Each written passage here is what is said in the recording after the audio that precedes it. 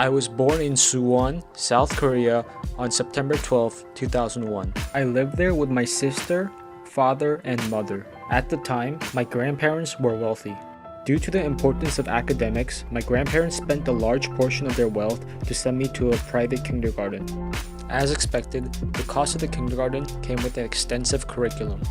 We learned how to sculpt clay, use a computer, do science experiments, read the musical scale, and play the violin.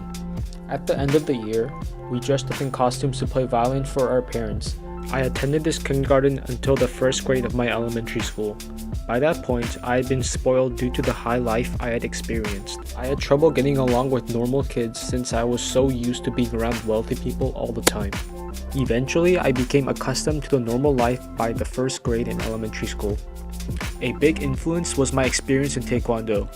Because discipline was a core idea in Taekwondo, spoiled kids such as myself were disciplined harshly while being taught self-defense. Halfway through my elementary school year, my father got a better job in California.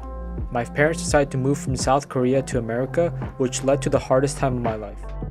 I was faced with the obstacle of being 7 years behind in English and being unfamiliar with the new environment.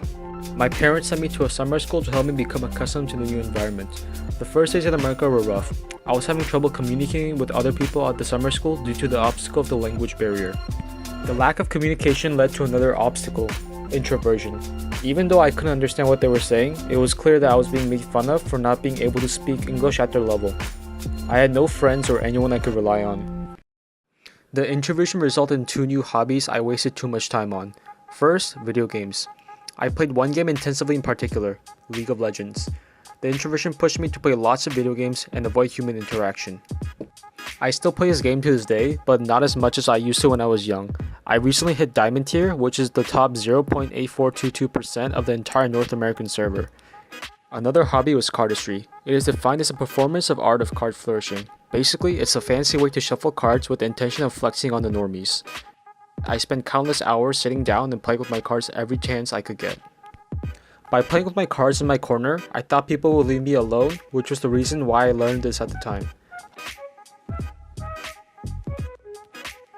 After summer break, I was motivated to become fluent in English to overcome the two major obstacles I had at the time, the language barrier and the introversion.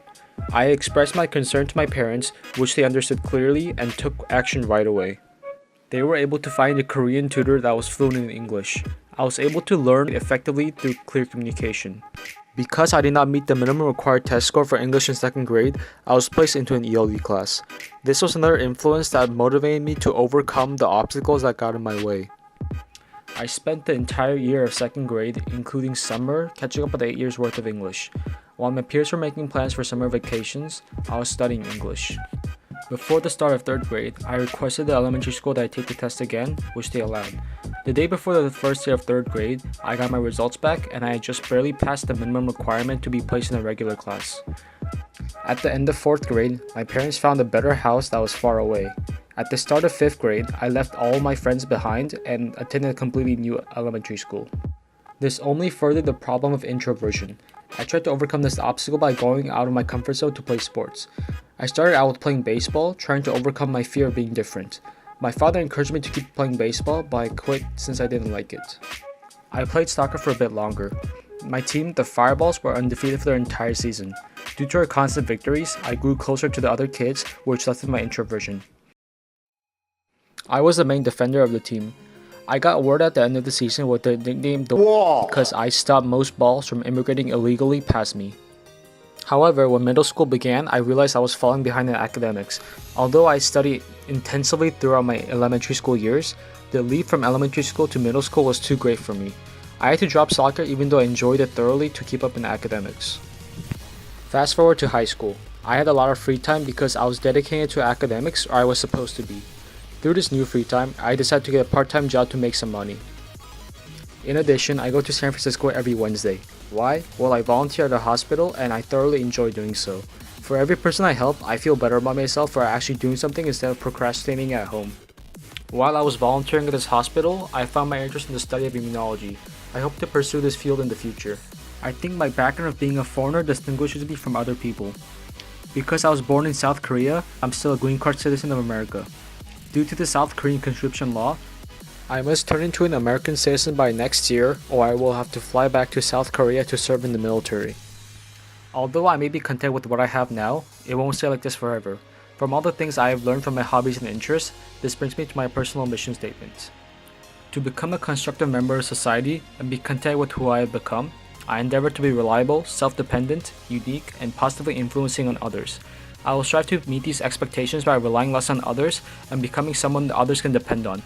Being helpful to those that are in need by volunteering at community events when I'm able to do so. Minimizing regretful actions by thinking my actions out thoroughly before executing them. Stressing my uniqueness and individualism by pursuing my own interests and desires. Respecting the differing opinions that others may have by being open-minded to different ideas. We need to build a wall. Using my own judgments instead of following on the favored opinions of others. In the future, I hope to become someone that can stand up for himself. I plan to become an American citizen by the end of senior year. With that, I plan to focus my academics towards immunology during my time at the university and possibly pursue a career in that field.